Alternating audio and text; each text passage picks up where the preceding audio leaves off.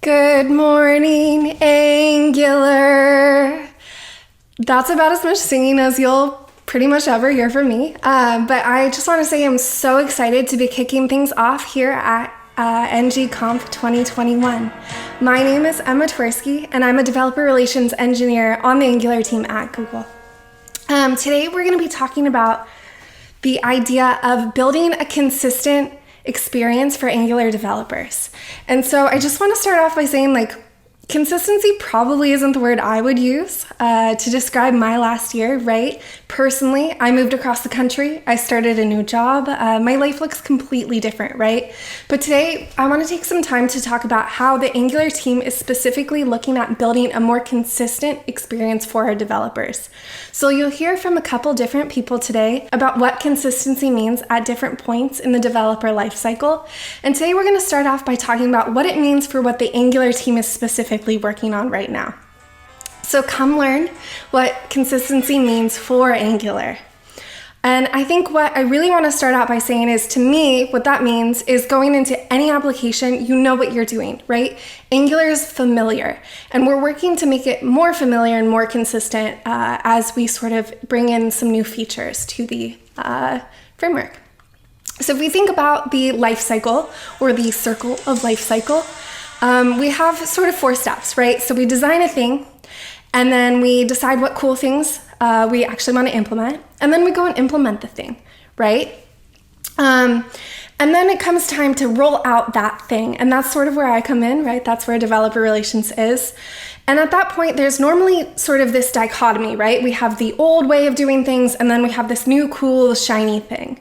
And at some point, there comes a time where we say, okay, it's time to pick one route forward, right? And we're going to utilize one way, and we're going to go forward with that. And so today we're going to talk about some different ways that we're sort of making more decisions on what the best route is going forward, and how to utilize all of the work that we've done to be more consistent going forward. So if we think about this in terms of Ivy, there were 525,600 minutes, probably maybe a few more, that went into the design and development of Ivy. Once we rolled out Ivy in version 9, we had 2 ways of doing things. You were able to select based on the Ivy-enabled flag if you were on Vue Engine or Ivy. We're super excited to announce that starting in version 12, we have a single way of doing things, utilizing Ivy. We'll be deprecating Vue Engine, and all new libraries and applications will be built with Ivy. Libraries will be following the Ivy library distribution format that we finalized in our public request for comment. You'll still be able to use Vue Engine libraries via ng-cc, so this shouldn't be a breaking change. Over time, you'll need to use ng-cc way less frequently, which will bring a faster, more consistent developer experience. In version 12, we're continuing to distribute Angular in the Vue Engine format so that libraries can still depend on Angular in Vue Engine. And in order to enable library authors time to update to version 12 and gradually move over to Ivy. We'll be migrating the Angular distribution to Ivy in version 13. This change will happen transparently for everyone. Just make sure that you run ng-update once version 12 is out so that you get the latest and greatest improvements in Ivy library distribution. So just wait for what we have in store for Ivy and Ivy library distribution in the future. So I already mentioned it, but the Angular linker is going to be the project name of what's bringing forward Ivy library distribution into the future. You can check out Yoast and Alex's talk later to learn what this means for those libraries, library authors, and way more about what's happening with the Angular linker under the hood. So be our guest and test out the Angular linker in V12. A few other of my favorite things that go along with this is this idea of the Ivy language surface, right? So we're now natively supporting Ivy in the Angular language service in your code editors. What this means is that there's better type checkings, better strict typing, and we're actually using Ivy to check your Ivy code. So all of this time under the hood, the secret is that we've actually been using Vue Engine to check all of your Ivy code. And actually, even beyond that, we've actually had a custom template parser doing a lot of that work as well. So going forward, we're being more consistent. We're using Ivy to check Ivy, and I think that makes a lot of sense when we talk about, again, bringing consistency to the developer experience. Another thing that will help you out of your nightmare is that in version 12, we'll have strict mode by default. So in version 11, we actually introduced the option to opt into strict mode into the Angular CLI, and we found that over 70% of the community was already doing it, right? So we sort of took a look at that and decided, hey, if most of the community is already doing this thing, why not build it in as a best practice? So based on the community ecosystem, we're making it a default.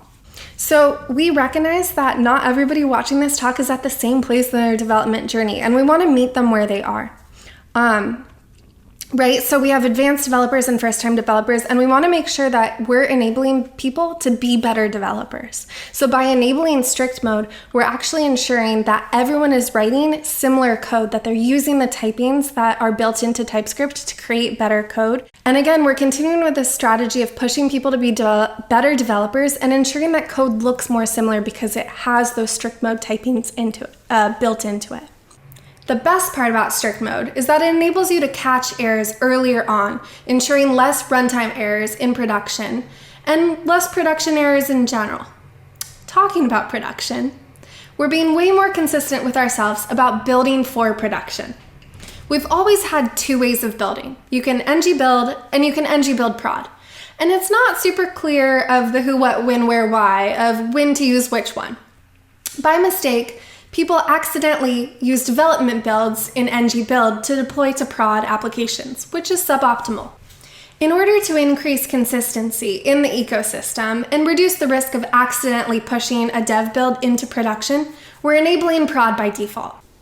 Finally, we're defying gravity by enabling Sass in inline templating.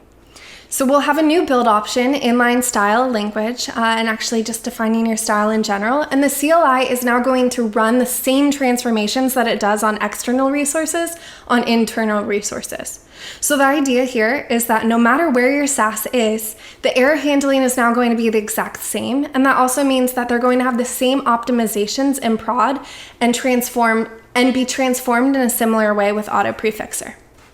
So again, the idea of this consistency here is like previously it mattered where your Sass was, and if it was in line, it actually wasn't being optimized and it didn't work. So why not bring consistency to say no matter what, where your Sass is, you may as well go and use it there.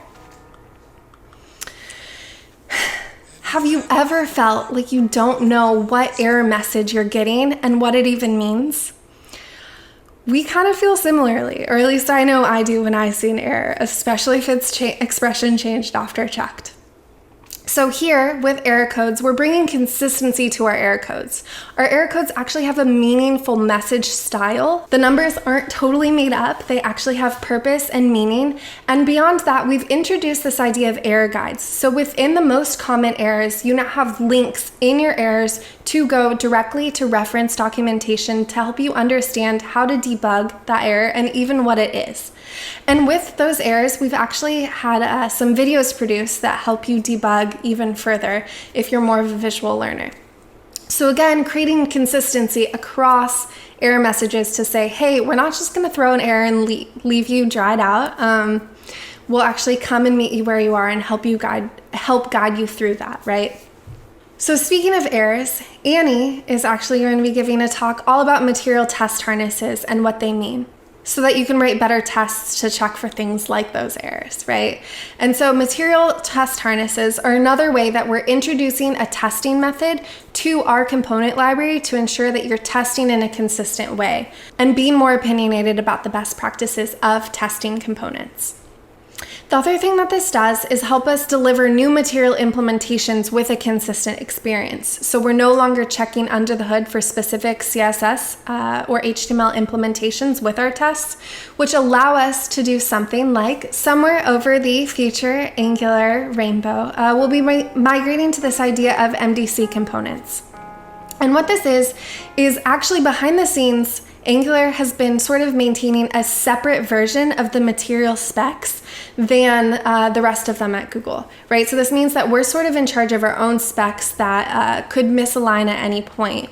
And so what we're doing is actually going and saying, let's build off of those same primitive resources, but use the same components and instead consume the guidelines as defined by the material design team to ensure that Angular components that you're using are built the exact same and off of the same specs as any sort of other material implementation. And we're making sure that they're fully backwards compatible, right? Google makes a ton of things, but this idea of unified design systems is a great way to ensure that there's a consistent experience across platform, across experience, and that we're unifying it to this idea of a core design system versus implementing our own special version or having to maintain our own specs. Finally, we're making sure that we're partnering with other teams to build a consistent experience. So we're working with the Chrome team to ensure that Angular is bringing a consistent experience to the web. And we're actually part of the full web SDK effort at Google, right? This means that as part of the web SDK effort, we're ensuring your browser doesn't suddenly go on a spending spree and doing things like inlining our fonts for Google Fonts and our material components. We're introducing things like resource inlining and critical CSS inlining. There's a great video on our YouTube if you'd like to learn more about these things. It also means that we're actually part of the effort to define core web vitals. And you can listen to Hussein and Minko's talk later this week about what that means for Angular and the web SDK. And you can check out our new partnership to create an Angular image component with ng-Zoro and Web SDK to have an image component optimized for performance on the web. Hopefully this brought a little bit of insight as to how our team is working on bringing consistency to the developer experience. Now I'm going to pass it over to Jessica to talk a little bit about what this means for the community as a whole.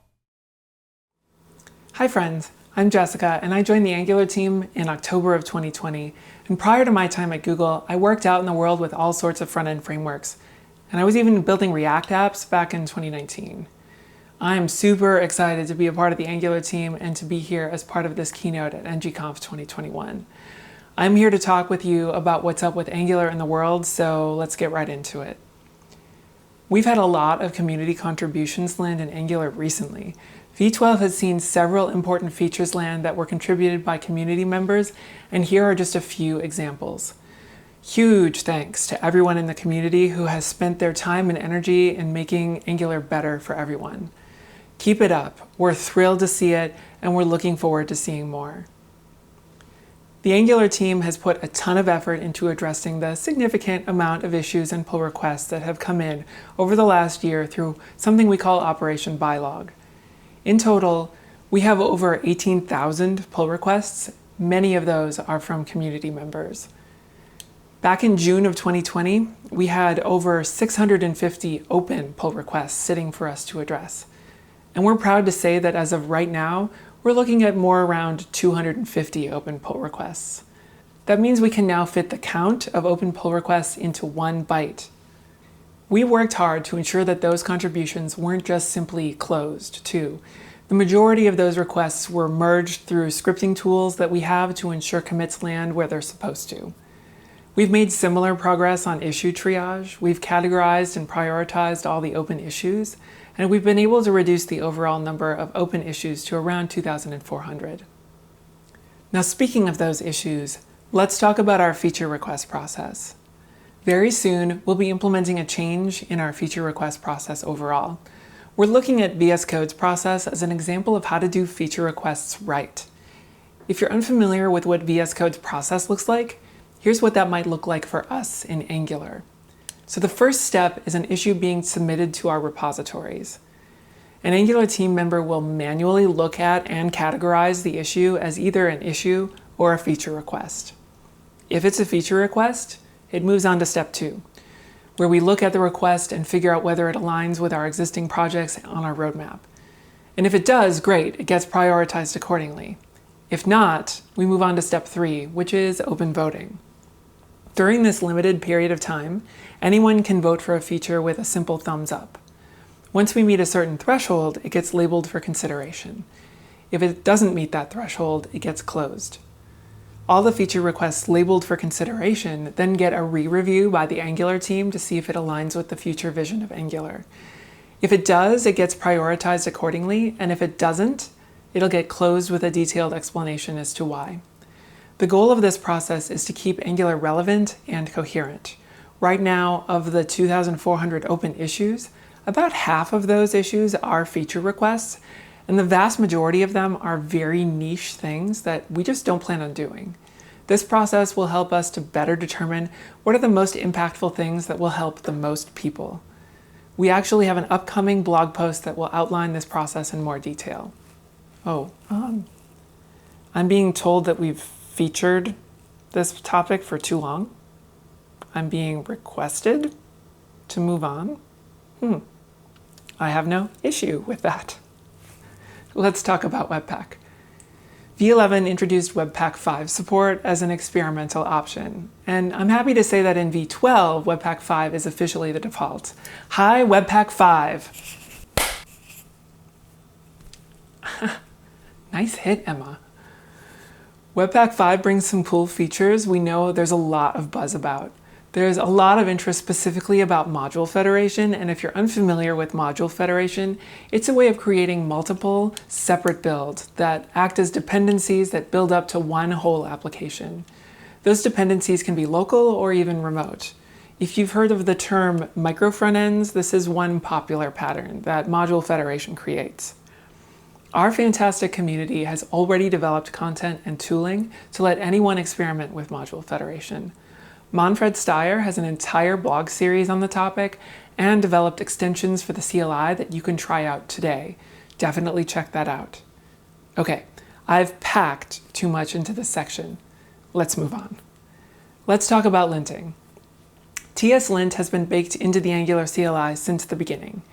And as you may already know, TS-lint has been deprecated with features being added into ES-lint instead. James Henry from the Angular community built tooling to integrate ESLint with the Angular CLI, and thanks to his efforts and many other folks who have helped pave the way for migration from TSLint to ESLint, now you can use ESLint directly from a CLI builder that you can install with a few simple commands. You now have a lot more flexibility too. The ng-lint command is no longer configured right out of the box, so you can configure whichever linting solution works best for your project.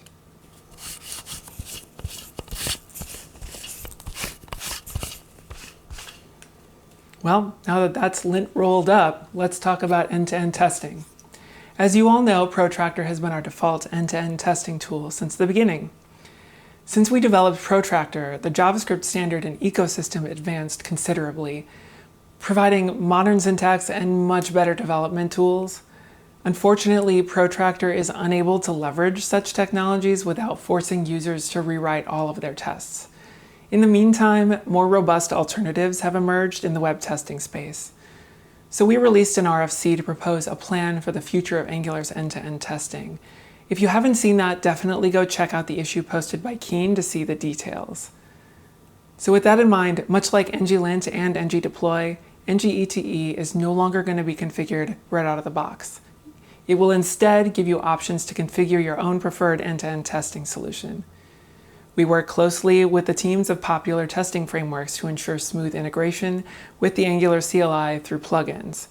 Some of those options include Cypress and WebDriver IO. Take a look at how easy it is to set those up.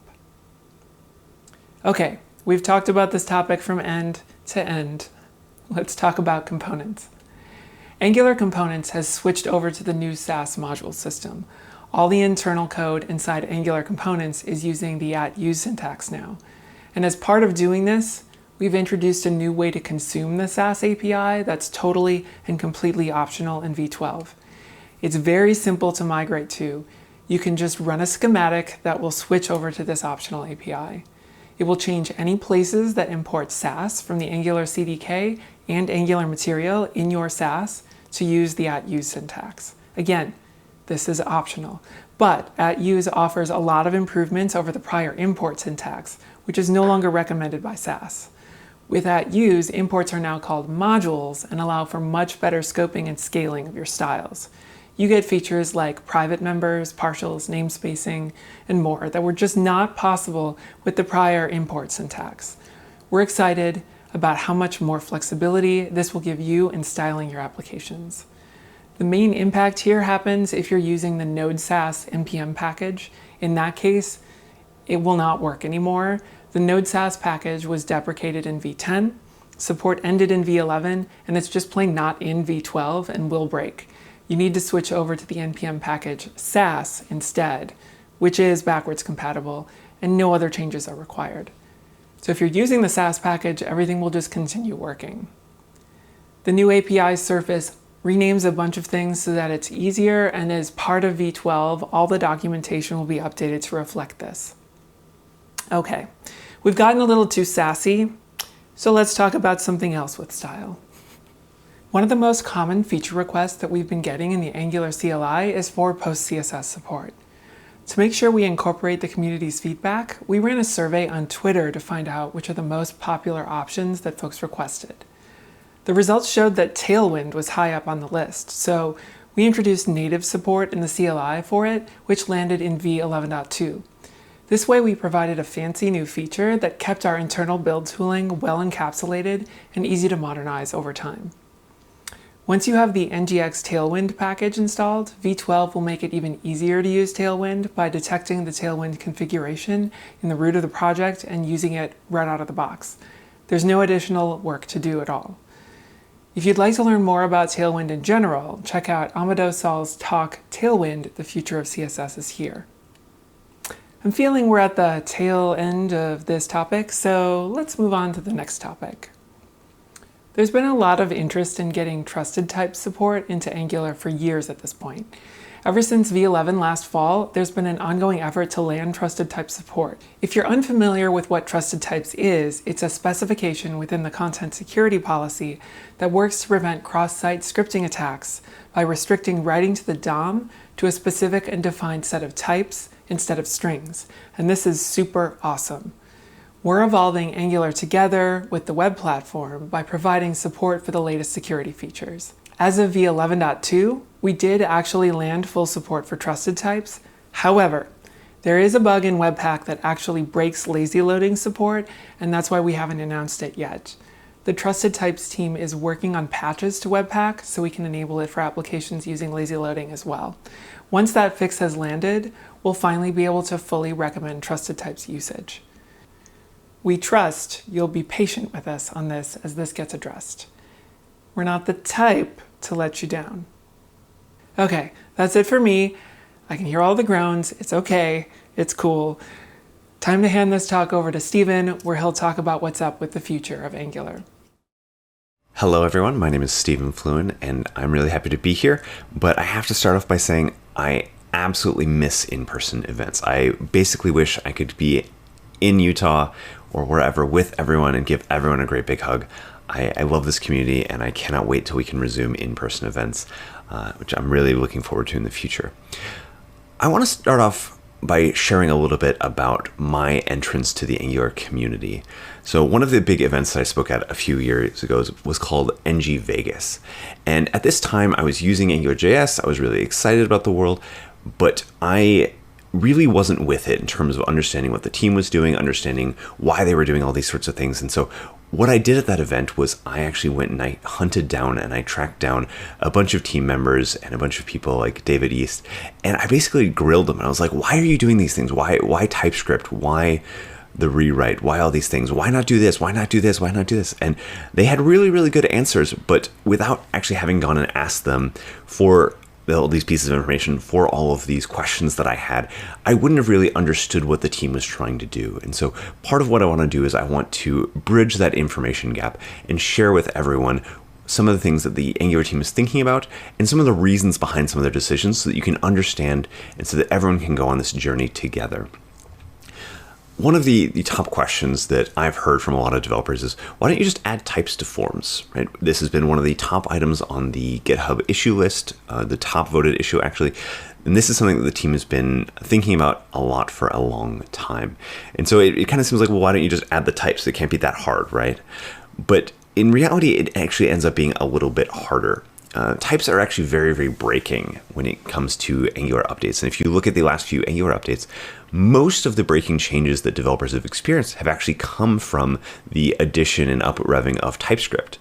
So even when we're keeping Angular relatively the same, we're not changing mental models, paradigms, those sorts of things, even just adding new strict type configurations and better type checking is going to cause troubles for developers that are trying to stay up to date. And oftentimes these are, again, they're not even changes in TypeScript. They were things that were wrong before, but when you start identifying them, that breaks people's code. It's kind of amazing that there's this moment where you add typing to a system or you improve the typing of a system, and suddenly you're like, how did this code work at all in the past? And so this is one of the biggest challenges that the team is thinking about, is how do we add types to Angular and Angular forms without breaking the universe? Because there's a ton of value to really good typings, right? There's a reason this is the #1 request on GitHub. If you're interested there's a few different alternatives. So if you want types today, there's great community that you can check out, like ngx forms typed, which is meant as a drop-in replacement or a drop-in extension that allows you to have the typings of forms. But this is in the roadmap, right? The team wants to do this, but they want to make sure that they're fixing it in the right way so that we don't just add types on something that's not going to actually fix the problem, or types that are going to invalidate and break everyone's code. And so there's always a balance here, and the team has this very high on the roadmap, and it's going to be something that is rolled out slowly and carefully to make sure that the types that are added have the necessary migrations, have the necessary intentional design that Angular developers expect from all the different pieces of Angular. Another question that a lot of Angular developers ask is, why don't you just make Angular more reactive? Because a lot of people really like RxJS. They wish there was more RxJS. They want lifecycle hooks that are tappable by observables, and they want more subjects. And these are all really interesting patterns to a lot of developers.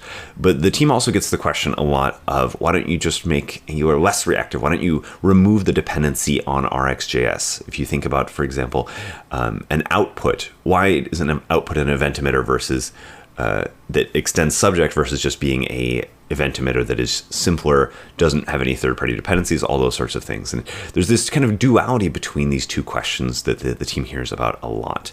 And if you just look at what the team hears about, what you read about on Twitter, you've got these two giant camps. We've got less RxJS, and you've got a team group of people that wants more RxJS. But if you look at the broader ecosystem of developers out there, the situation is a little bit more complex. If you look, there's actually this middle group of developers that are like, just help us, right? Tell us what the best practices are. Tell us what the patterns are, because we want consistency. We want all of our applications to look and work the same. And this duality is a little bit confusing, where if you look at real world applications, there's a real mixture that you see out there. And we hear this a lot, that Angular's opinionation is valuable. And when you think about this idea of, should we have more RxJS or less RxJS, having a strong opinion would be valuable. But it would only be valuable for those developers if it's, so to say, the right opinion, or the opinion that they agree with. Because what we've seen is that different developers have different needs, right? There's developers that come in with no experience at all, and there's developers that come in with 20 years of experience where they're senior architects, they've seen every pattern in computer science. And really, every developer has a different comfort zone. We've seen even at Google, there's a ton of developers that love RxJS and just want to use it. That's the mental model that makes perfect sense to them. And there's been giant email threads of senior architects at Google who say, I don't want RxJS, I just want promises. Just give me promises back. There's also a challenge around project size. RxJS and state management in general is generally solving a problem that is more important or more visible at larger scale, when you have lots of components that need to synchronize their state and they need to communicate across the entire application.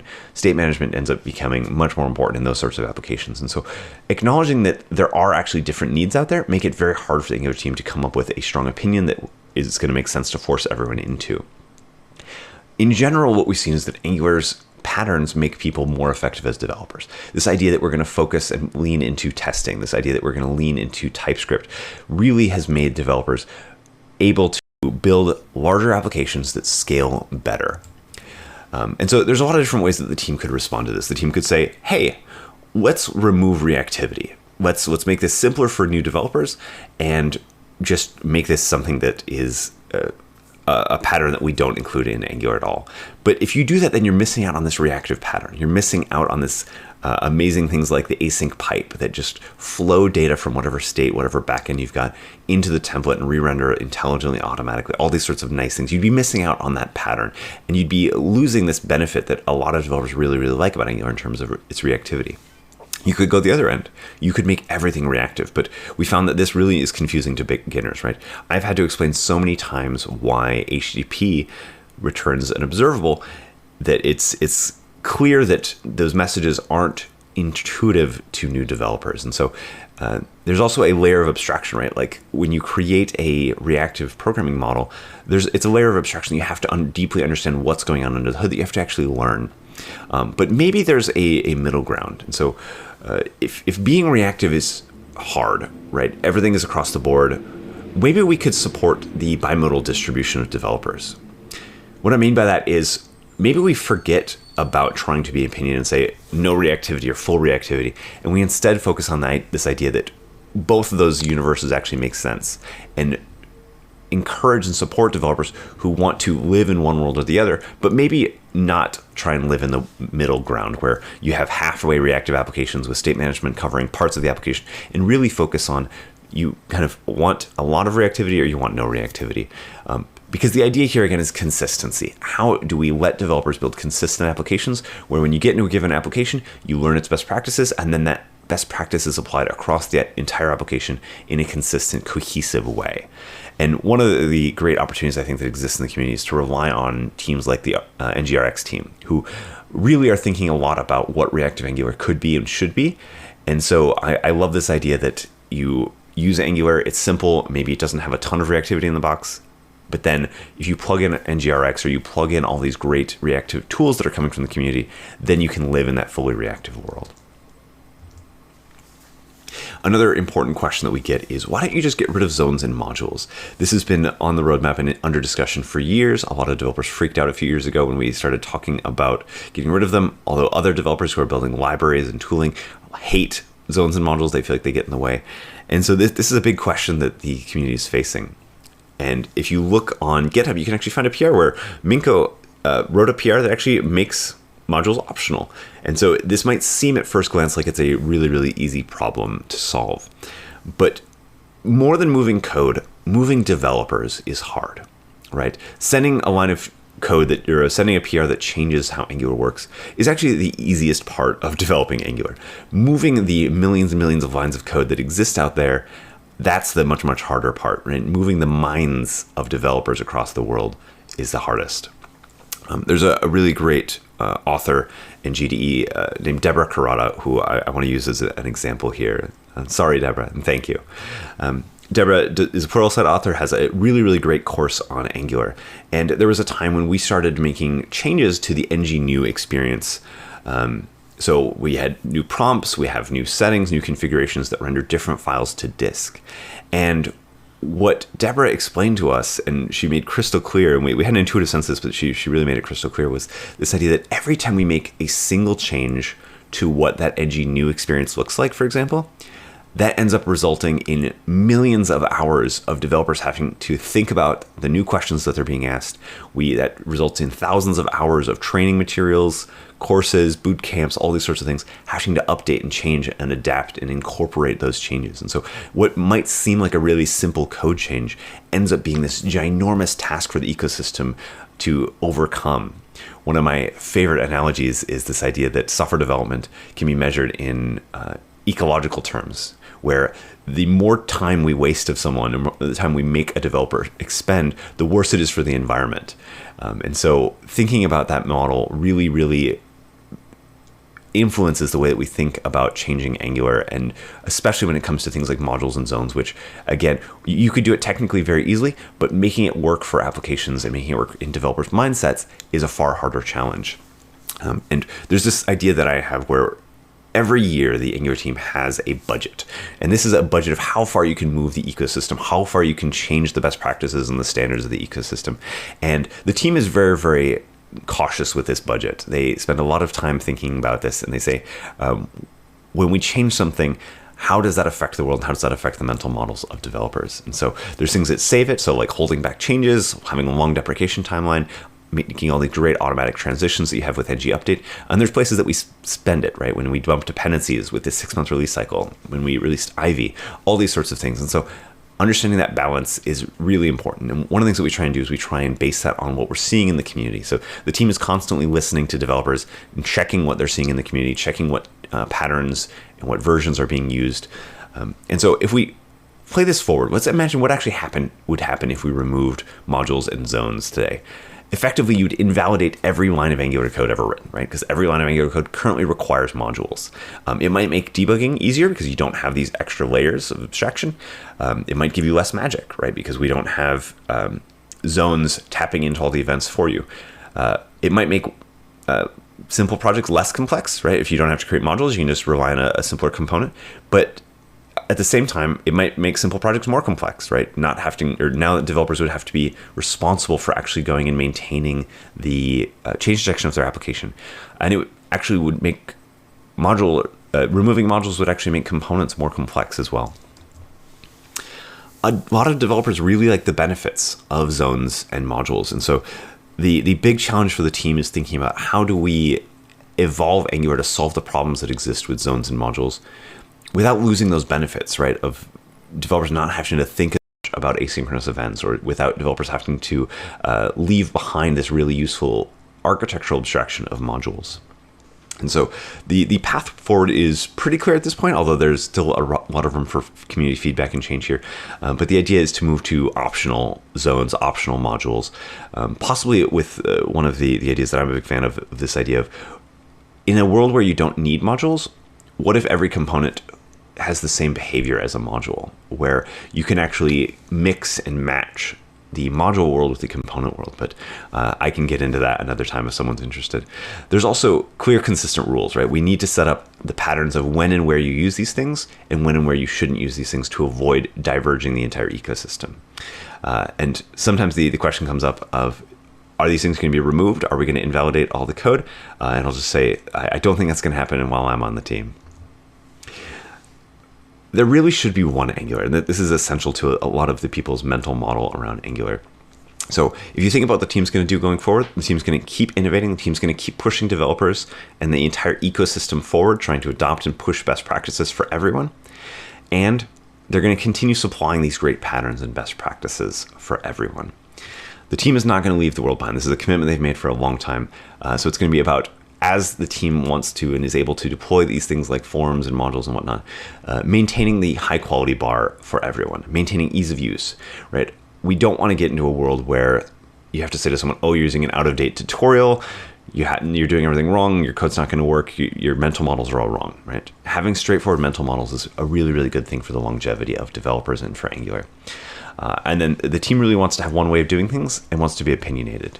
But when it comes to one way of doing things, you have to think that if there are trade-offs to the one way, then we really maybe don't want to have one way of doing things, right? RxJS is a really great example. There's trade-offs between having reactive APIs for everything and having non-reactive APIs for everything. And those trade-offs are valid. You have to decide as a developer, which of these trade-offs do you want? And sometimes things aren't objective, right? There's a lot of feelings and emotion around software engineering, and it's not always clear that there is one best path. And then one final thing to think about when there's one way of doing things. One of the biggest benefits of having one way of doing things in Angular is that the team's velocity isn't impacted. And so we don't want to support N ways of doing things if it means that we have to go and support those N way of doing things in perpetuity. Also, the team wants to be opinionated, but only when the team is right about things. And there's places that the team has absolutely been right? Testing is important, linting is important, CI is important, accessibility, internationalization, automation, tooling. All of these things are hard to question their importance, but there's places where there's weaker opinions, right? Which design system is right? There is no right design system. There's no right CSS framework, or no perfect CSS framework. There's no perfect way of doing deployment. And so as you think about these things, and even going forward, thinking about things like linting and testing frameworks, if there's not a perfect, objective, correct answer, it maybe isn't right to have a strong opinion. It's better to have a weak opinion.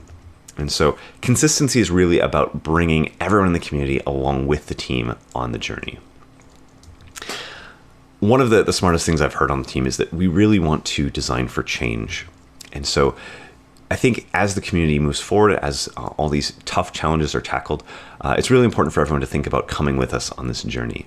The team has a request for comments now on a lot of the features and the ideas that the team has around browser support and implementation details.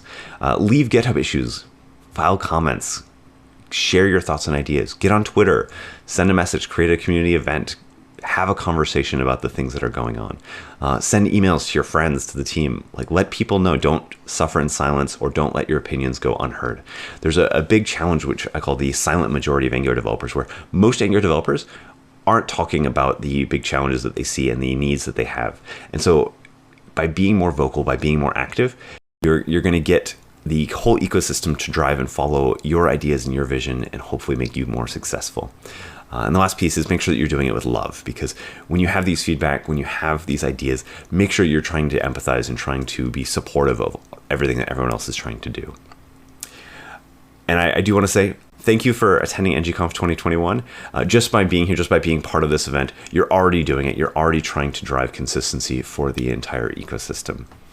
Thank you so much.